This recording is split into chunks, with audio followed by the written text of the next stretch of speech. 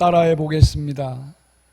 나는 하나님의 성민이라. 아멘. 내 인생의 최고의 기적은 뭘까? 여러분 생각해 보셨습니까? 저는 제 인생의 최고의 기적은 하나님께서 나를 선택하고 부르셨다는 것입니다. 지금은 하나님 없는 저의 인생은 상상할 수 없습니다. 저는 충북 옥천 이원면에서 태어났습니다. 제가 태어난 마을은 50가구 정도 되는데 김씨만 있는 집성촌입니다.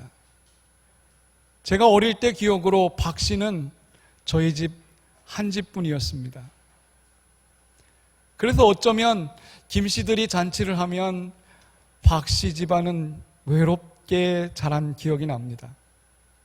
그러다가 고등학교 때 교회를 알게 되고 교회 문턱을 넘을 때 저희 동네에는 예수 믿는 사람이 없었던 것으로 기억됩니다.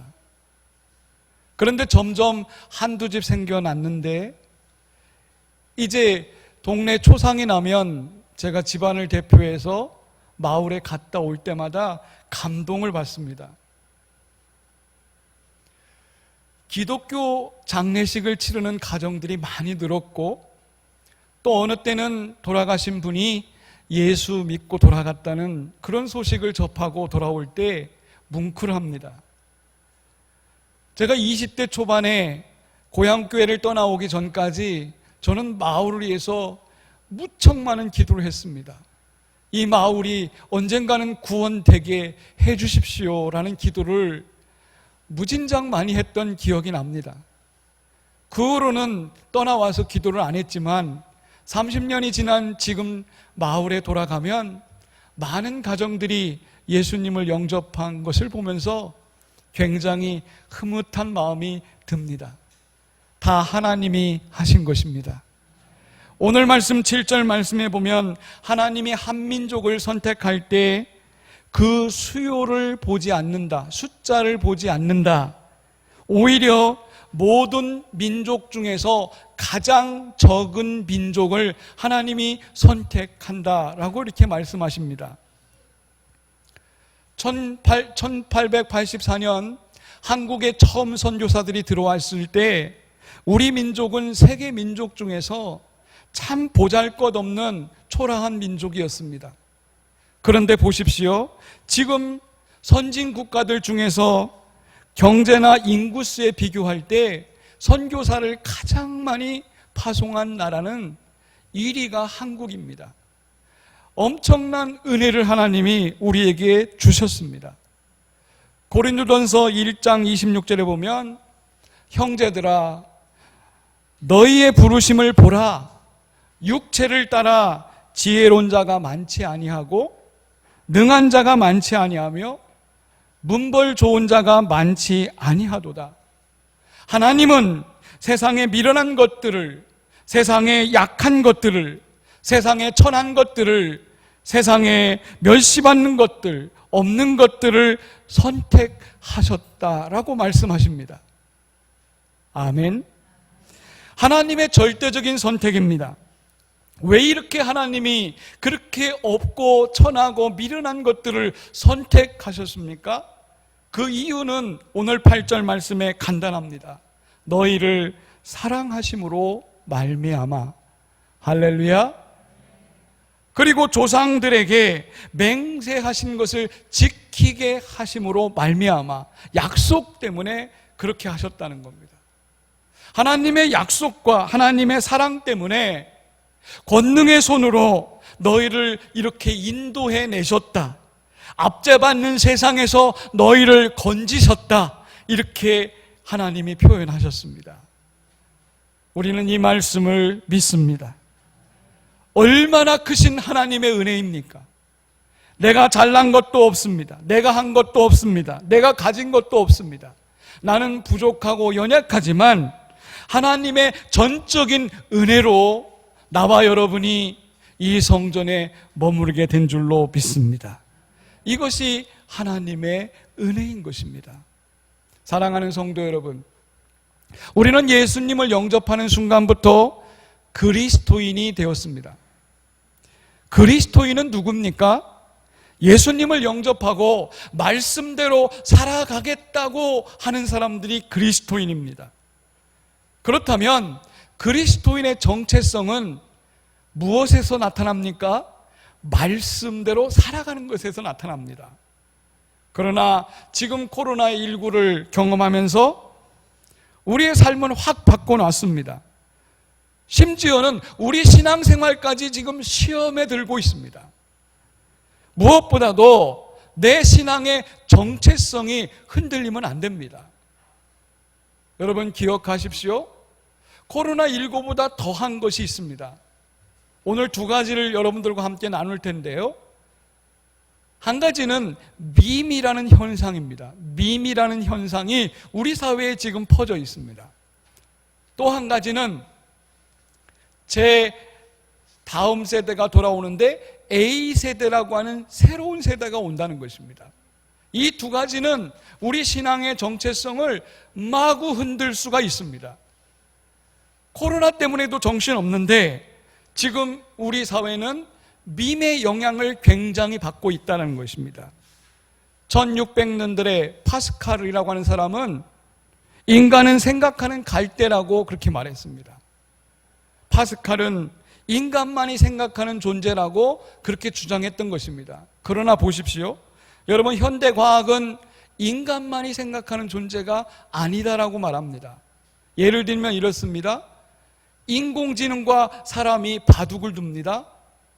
인공지능과 사람이 장기를 둡니다. 또 체스를 두거나 요새 고스톱도 인공지능과 두더라고요. 그런데 인간이 이길 수가 없어요. 인공지능이 인간의 생각을 뛰어넘어 있습니다. 그래서 사람이 다음 수를 뭐 놓을까를 계산해서 얘가 알아서 차려서 먼저 수를 두고 인간은 결국 인공지능에게 지고 맙니다. 여러분 인간만이 생각하는 존재가 아닌 거지요. 그런데 인공지능과 사람의 다른 점이 있습니다. 인공지능이 사람을 따라올 수 없는 게 한 가지 있는데 그게 뭐냐면 모방이라고 하는 것입니다. 모방 능력을 인공지능은 할 수가 없어요. 이 모방이라는 것은 인간만이 자연스럽게 할 수 있는 것입니다.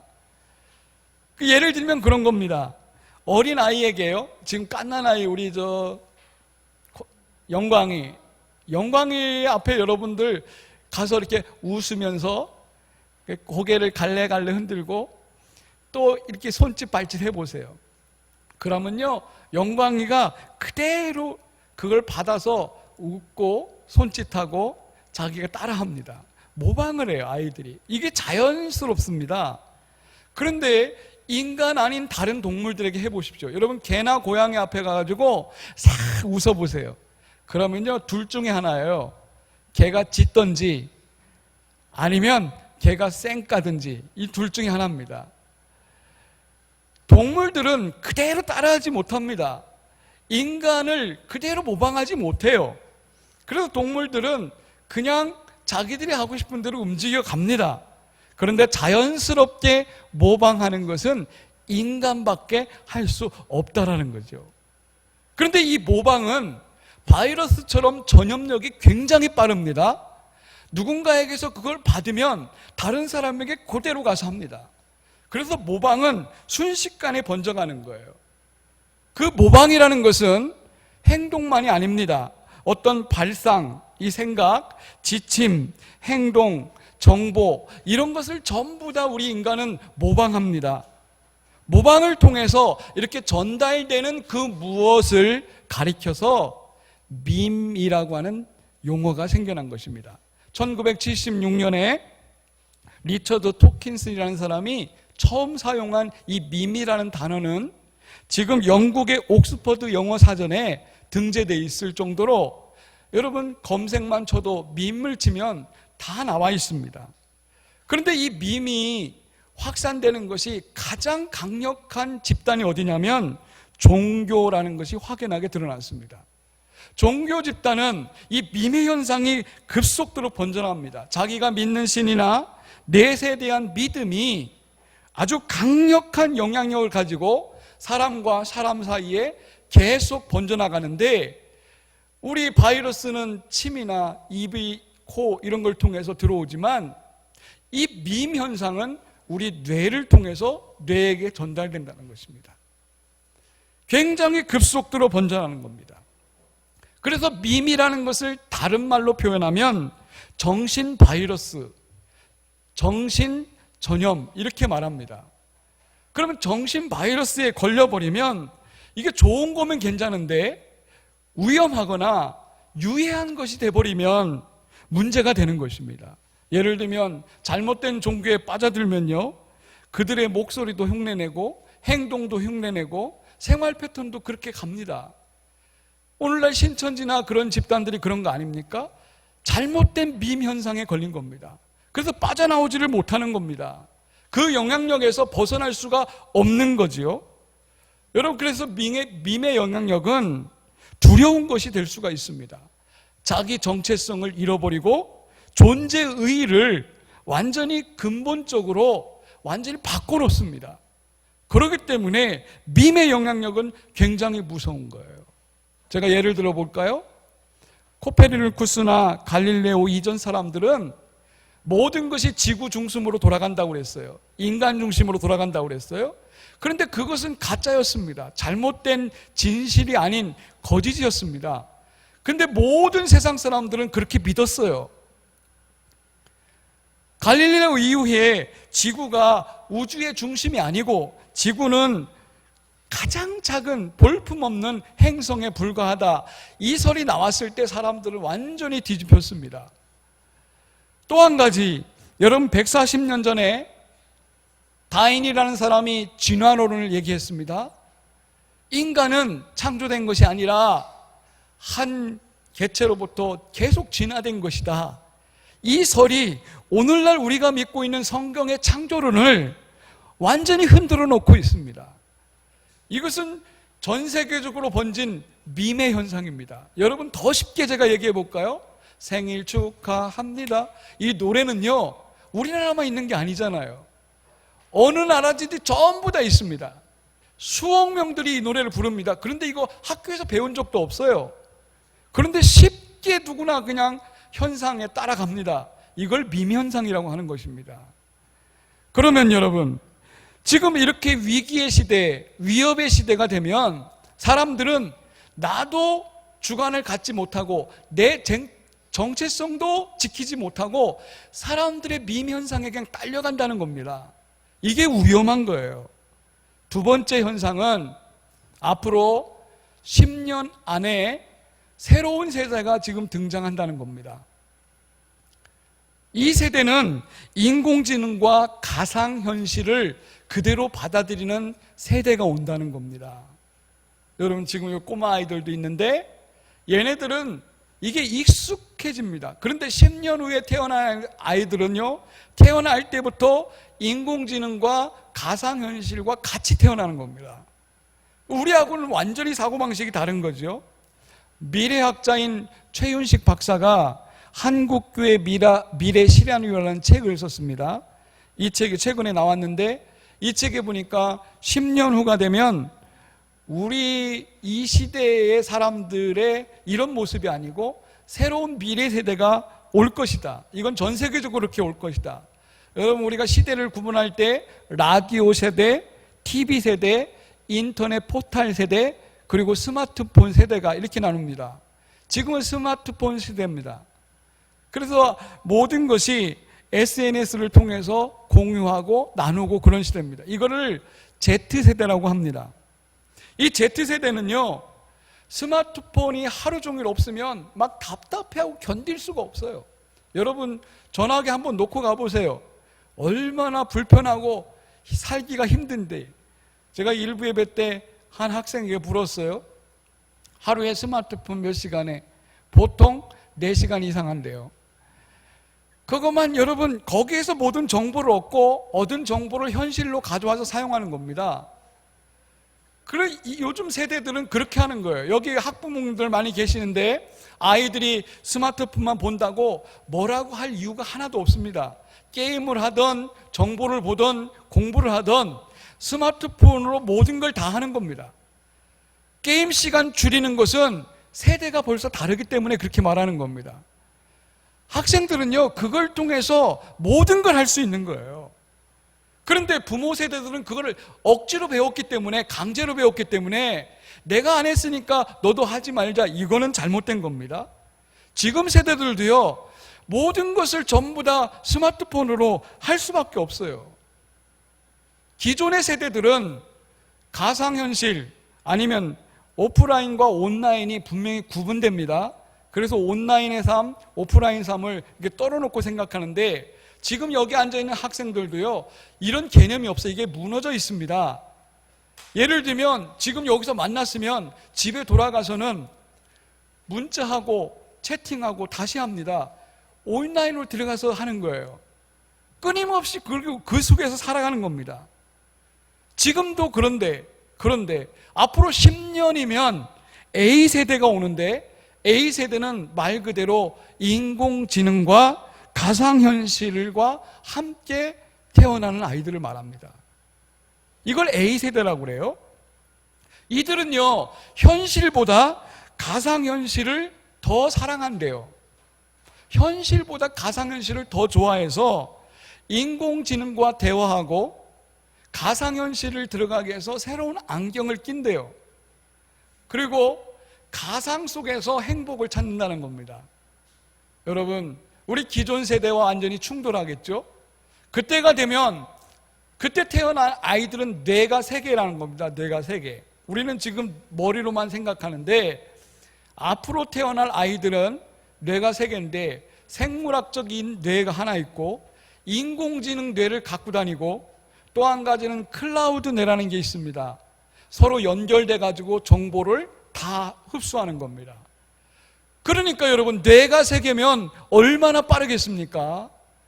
우리가 지금 사용하는 인터넷은 5기가입니다. 5기가. 5기가도 지금 영화를 금방금방 다운받는데, 여러분 앞으로 5년, 10년이면 5기가보다 100배에서 1000배 빠른 속도로 모든 것을, 정보를 취합합니다.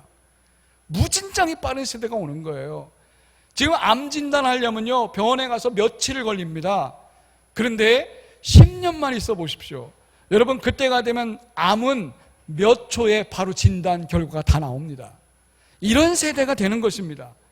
그래서 이때에는 매우 똑똑해집니다.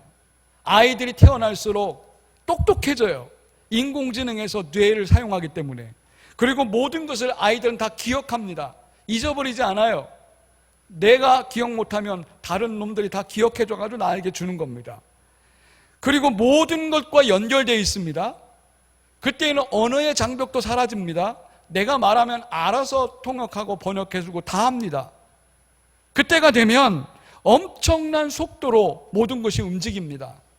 여러분, 이런 시대가 왔을 때 기존에 살고 있는 우리들은 어떻게 될까요?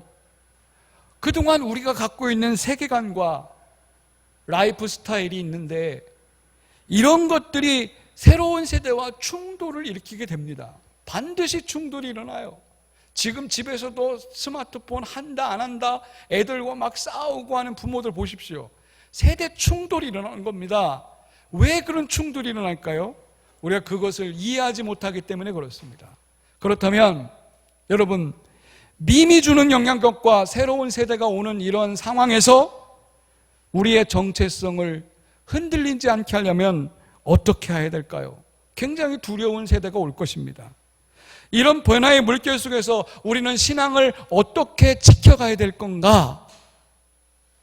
마지막으로 이 말씀을 함께 나눕시다.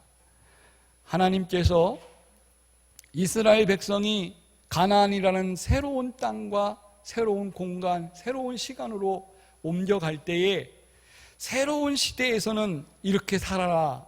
오늘 주신 말씀이 새 명령입니다. 이 말씀은 오늘에도 똑같이 적용될 수 있습니다. 새로운 장소에서, 새로운 시대에서, 새로운 상황 속에서 어떻게 살아야 되는가? 여러분, 이 답이 여러분에게 주는 답이 되시길 바랍니다.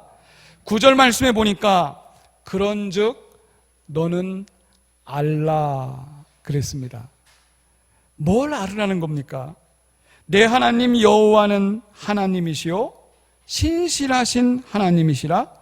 그를 사랑하고 그 계명을 지키는 자에게는 천대까지 그 언약을 이행하시며 인애를 베푸시되. 아멘. 이게 답입니다. 여러분, 천대면 몇 년일까요? 1세대가 30년입니다. 천대면 몇 년이에요? 3만 년입니다. 여러분, 하나님이 이 말씀을 주시고 3만 년 때까지, 3만 년이 될 때까지 하나님을 사랑하고 하나님 계명대로 사는 사람에게는 하나님의 사랑으로 계속 지속하겠다, 이 약속을 우리에게 주셨습니다. 그러나 하나님의 말씀을 외면하고 하나님을 미워하는 사람은 바로 즉시 보응할 것이다. 10절에 그렇게 나와 있습니다. 그러면서 11절에 이렇게 말합니다. 그런즉 너는 오늘 내가 너에게 명령하는 규례 법도를 지켜 행할지니라. 아멘. 하나님이 주신 말씀대로 행하라. 이것이 답입니다. 하나님은 그렇게 얘기합니다. 시대가 변해도, 상황이 변해도, 어떤 여러분 상황이 우리에게 닥쳐와도 하나님이 명령하는 것은 내가 너에게 명하는 명령과 규례와 법도를 지켜 행하라. 그게 천대까지 가게 하겠다는 겁니다. 아멘. 우리는 하나님의 성민이 되었습니다. 하나님의 성민은 무엇을 가지고 살아야 됩니까? 하나님이 주신 말씀 가지고 살아가야 되는 것입니다. 그것이 하나님이 주신 답이에요. 요한복음 15장 9절부터 10절에 예수님께서 말씀하셨습니다. 내가 너희를 사랑하였으니 나의 사랑 안에 거하라. 아멘. 여러분, 예수님 사랑 안에 거하십시오. 그런데 예수님께서 10절 말씀에 이렇게 말했습니다. 내 계명을 지키면 내 사랑 안에 거하는 것이니라. 아멘. 우리가 예수님의 사랑, 하나님의 사랑, 교회에서 늘 듣고 늘 익숙하게 귀에 익은 단어입니다. 그런데 하나님의 사랑과 예수님의 사랑에 어떻게 임한다는 것입니까? 내 계명을 지키면 우리에게 그대로 임한다는 거예요. 여러분, 이것이 우리가 성민으로 살아가는 비결인 것입니다. 세상이 아무리 변해도 변하지 말아야 되는 본질이 있습니다. 그것은 말씀입니다. 하나님의 말씀입니다. 하나님의 말씀은 변하면 절대 안 되는 것입니다. 왜냐하면 예수님께서 마태복음 5장 18절에 뭐라고 그랬습니까? 천지가 없어지기 전에는 율법의 1.1획도 결코 없어지지 아니할 것이다. 하나님이 주신 약속은 이 천지가 사라지기 전까지 여러분 1.1획도 변하지 않는다는 겁니다. 그게 하나님의 말씀입니다. 민수기 23장 19절에 보면 하나님은 인간이 아니시니 거짓말을 하지 않으시고 그 말씀하신 바를 다 행하시는 분이시다. 아멘. 하나님은 당신께서 말씀하신 것이 그대로 이루어지도록 행하시는 분이라는 겁니다. 사람이 아니기 때문에 절대 거짓을 안 한다는 것입니다. 따라서 오늘 하나님의 성민이라고 자부하는 여러분 말씀을 의지하시기 바랍니다. 말씀을 붙잡으십시오. 말씀대로 사십시오. 그러면 그것이 하나님의 성민으로서 세상이 어떻게 변해도 내 정체성을 간직할 수 있는 비결인 것입니다. 오늘 이 말씀 듣고 여러분 말씀 훈련, 말씀 묵상에 더 집중하시기를 축복합니다. 우리 함께 기도하시겠습니다.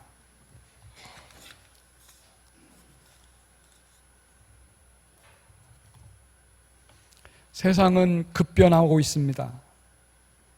코로나 바이러스 때문에 우리 삶이 너무나 변화되고 있는데, 그러나 우리 사회의 현상은 빔 현상이 우리를 쓰나미처럼 몰고 가고 있습니다. 그것이 잘된 것인지 못된 것인지 분별하지 못하고 무척대고 우리는 쏠려가고 있습니다. 또 다음 세대는 예측할 수 없는, 지금 세대와는 완전히 판이하게 다른 새로운 세대가 옵니다.